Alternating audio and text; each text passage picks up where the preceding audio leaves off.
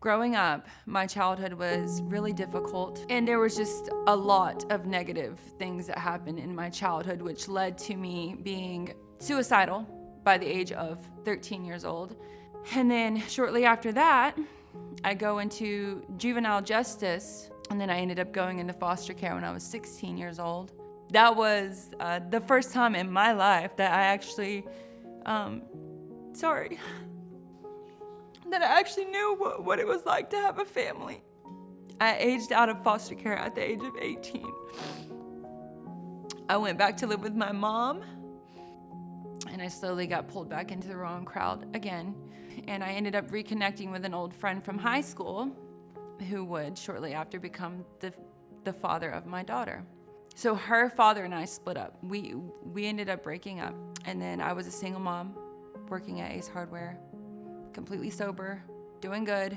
And I met a guy who was a customer at Ace Hardware. Kyle, his name's Kyle. We end up getting into a relationship together. I found out shortly after that he was using methamphetamine. He was abusive to me, and I was pregnant by him, and I ended up having an abortion.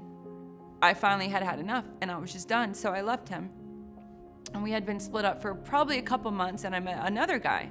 Kyle texted me, and he said, "Hey, I'm moving back down south. Come get your stuff from my house. It's on my front porch." And so we pulled up there, and Kyle was standing right where he told me my stuff was at with a shotgun, with a 12-gauge shotgun.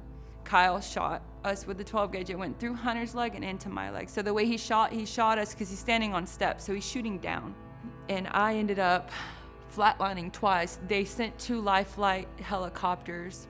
The first one, they took Hunter first because he wasn't, he had a better chance of survival. He never passed out because it missed his artery.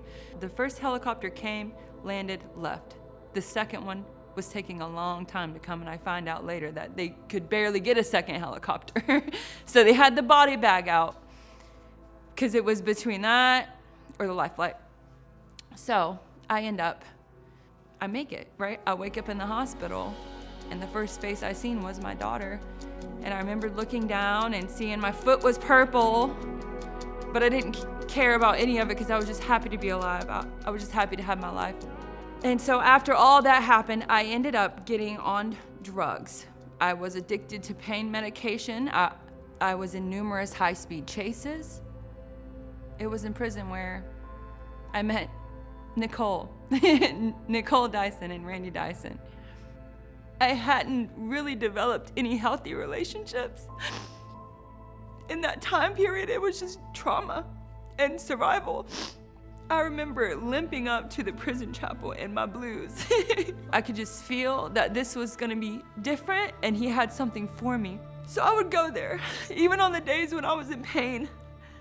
But then there's this woman, this strong, powerful woman that's just up there that loved us enough to choose to come here every week, her and her husband, to help us inmates, to help us girls.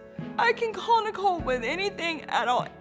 She talks me off the ledge. She teaches me things that I never knew, and I'm just so thankful for her. I'm thankful for her husband, and I honestly just don't know where I would be without them and without the Jesus Infusion Ministry.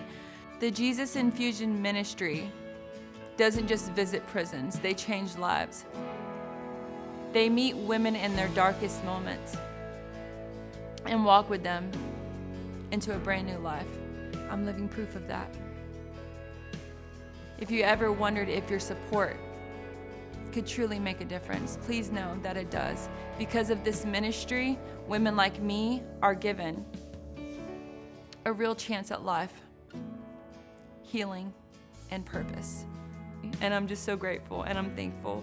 Through all the pain, there will be so much glory for the kingdom.